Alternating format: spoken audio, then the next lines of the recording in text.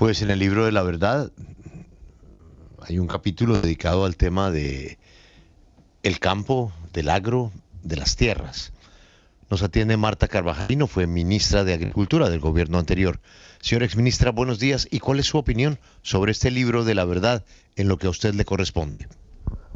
Julio, muy buenos días a la mesa de trabajo y a quienes nos escuchan. Yo creo que hay que precisar lo que se llama el informe de la verdad en una cosa puntual, que lo llaman engaño de la reforma agraria. Gobierno saliente entrega tierras sin títulos, paga casi 1 billón de pesos por predios que no se logran registrar. Lo hace en dos apartes y luego una columna del actual ministro haciendo algunas precisiones sobre las que espero poder referirme. Lo primero es que aquí hay una confusión. Si se hubiesen comprado tierras sin títulos, esos predios a los que se refiere el informe no hubiesen podido estar en los fondos públicos de los cuales se compraron. ¿De dónde se compraron los bienes que en su mayoría están en el Fondo Nacional Agrario? Me permito resumir las cifras que entregué yo el 8 de julio, día en que salía el gobierno nacional. 351.000 hectáreas que se entregaron a 95.000 familias, 81.000 a comunidades étnicas, 14.000 a comunidades campesinas, 128.000 mujeres beneficiarias, en entregas provisionales 206.000 hectáreas y entregas definitivas 144.000 hectáreas. Récord histórico desde la vigencia de la Ley 160 en redistribución de tierras. ¿Cuál fue el esfuerzo fundamental que allí se hizo? Comprar los bienes que estaban en el Fondo de Reparación para las Víctimas, esos bienes que entregaron los paramilitares para monetizarse y poder hacerse la reparación administrativa que se pactó en el 2011 y que estaban inadecuadamente administrados. Y los bienes del Frisco, del fondo que reúne la lucha contra el crimen organizado, que también estaban inadecuadamente administrados, muchos de ellos en testaferros y terceros de los afectados que en virtud de la ley no podían explotar esos predios. Se hicieron compras, enajenaciones tempranas y ahí es donde está el convenio que se critica en este informe, que es el convenio con la Sociedad de Activos Especiales. Esos bienes que se compran tempranamente tienen un proceso de saneamiento jurídico, administrativo y de aprehensión material, y una vez se hace la aprehensión material, se delegaba la administración a la Agencia Nacional de Tierras, quien debía, en virtud de las facultades legales de la Ley 160, entregarlo de manera provisional. Primera cosa que hay que precisar, los predios que se compraron al Fondo de Reparación de Víctimas o a la Sociedad de Activos Especiales, Fondo del Frisco, tienen títulos, porque si no, los afectados no hubiesen podido disponer sus predios en ese fondo. Ahora bien, lo que se infiere después en el desarrollo del informe es que critican que la entrega provisional no se haya llevado a entrega definitiva.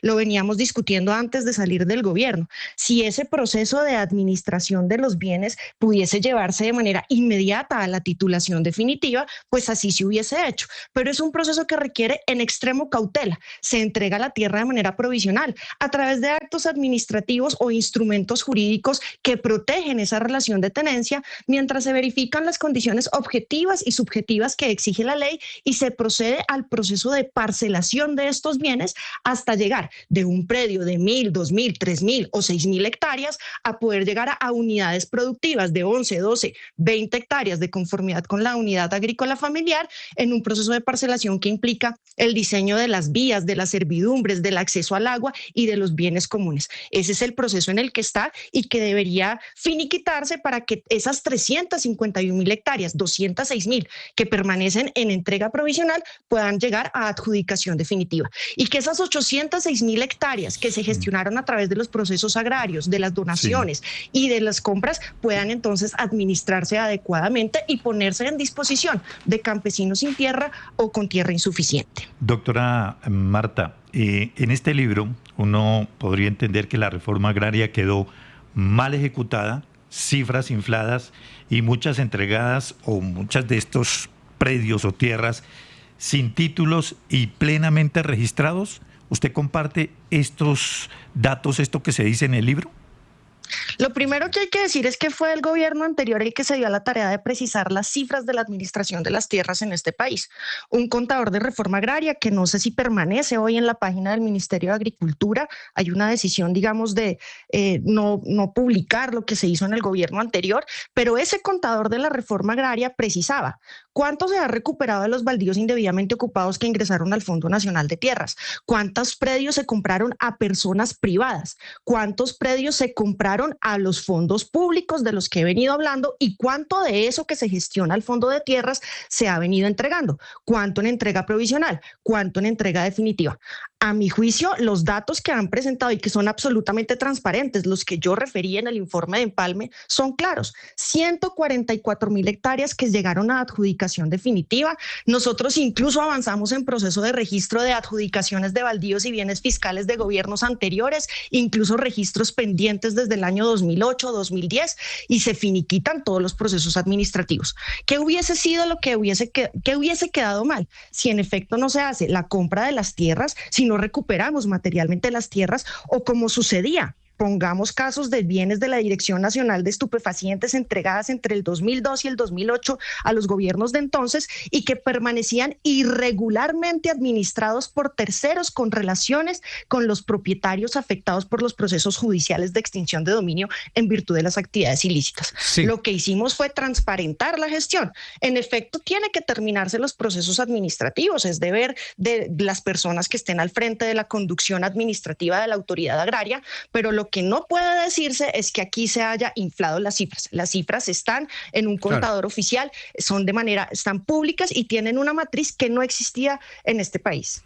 Le quiero preguntar algo. Sabemos que el periodo de empalme fue muy complejo, por decirlo de alguna manera, y en algunos casos inexistente, pero antes, por ejemplo, de la publicación de este libro, ¿a usted le consultaron algo para que usted diera alguna explicación o no? ¿Usted conoció el libro y ya?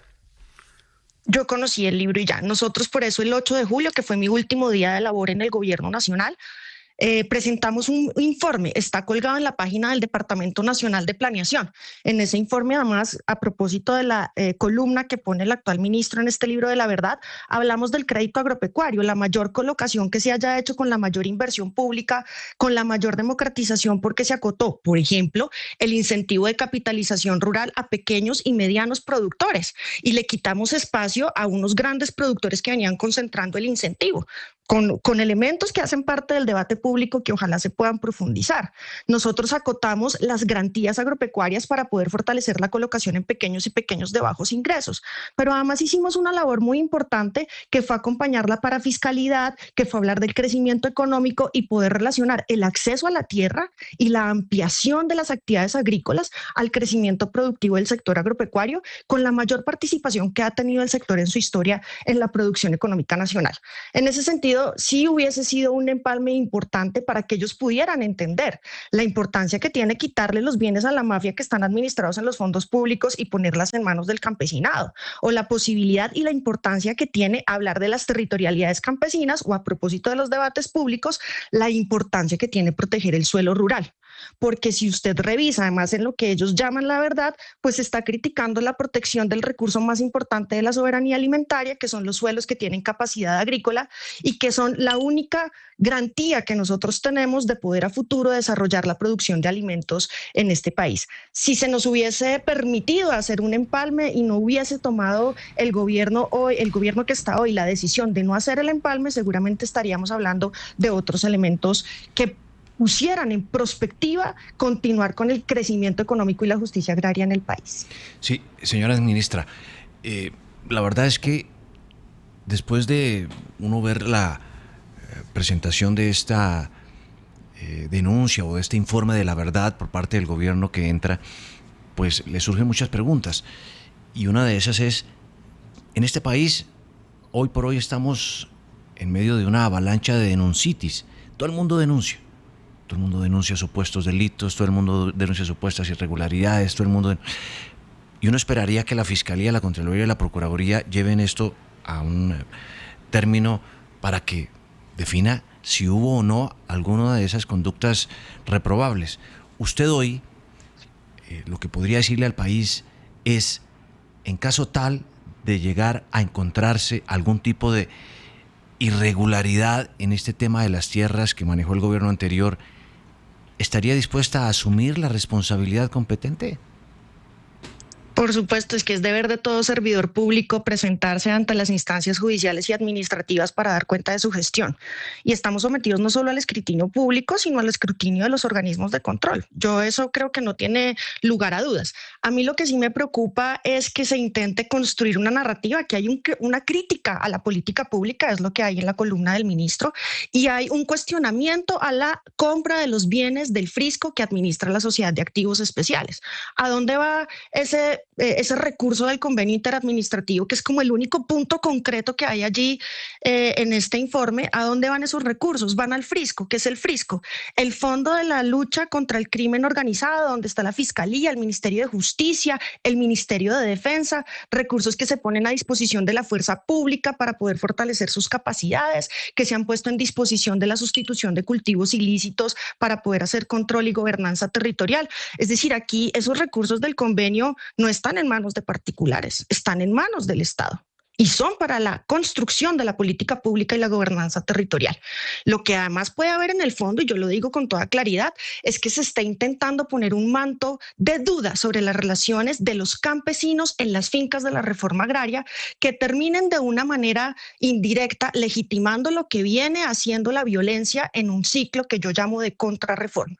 Las amenazas sobre los beneficiarios de la reforma agraria, personas armadas que intimidan y le están pidiendo a la gente que se salga de las fincas, que no están preguntando por el registro de instrumentos públicos, que no están preguntando por el estado del proceso administrativo de adjudicación, que no están cuestionando las actas o los instrumentos jurídicos de esas relaciones de tenencia. Lo que buscan es que la gente abandone sus fincas, y lo que le están diciendo, por lo que nos están denunciando a la gente, es que los antiguos propietarios, entiéndase, paramilitares, personas investigadas por actividades ilícitas relacionadas con el narcotráfico o el crimen organizado, van a volver a la tenencia de esos predios. Y eso sería una cuarta contrarreforma en Colombia que terminaría agudizando no solo el tema difícil de la concentración de la tierra como mecanismo para el crecimiento económico, sino que además terminaría poniendo en cuestionamiento la vida e integridad de las personas que retornaron al campo para trabajar y producir alimentos, volviéndonos a un ciclo de violencia en Colombia.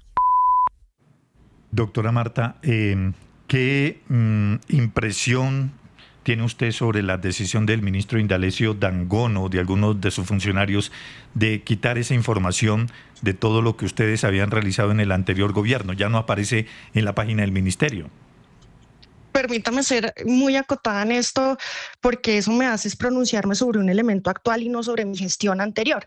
Nosotros en general creemos que la información pública, como lo define la ley y la Constitución, hace parte del patrimonio institucional. Hay unos deberes de los funcionarios públicos o de los particulares que administran esta información de garantizar la trazabilidad, la custodia y la protección de la información y de garantizar el acceso a esa información.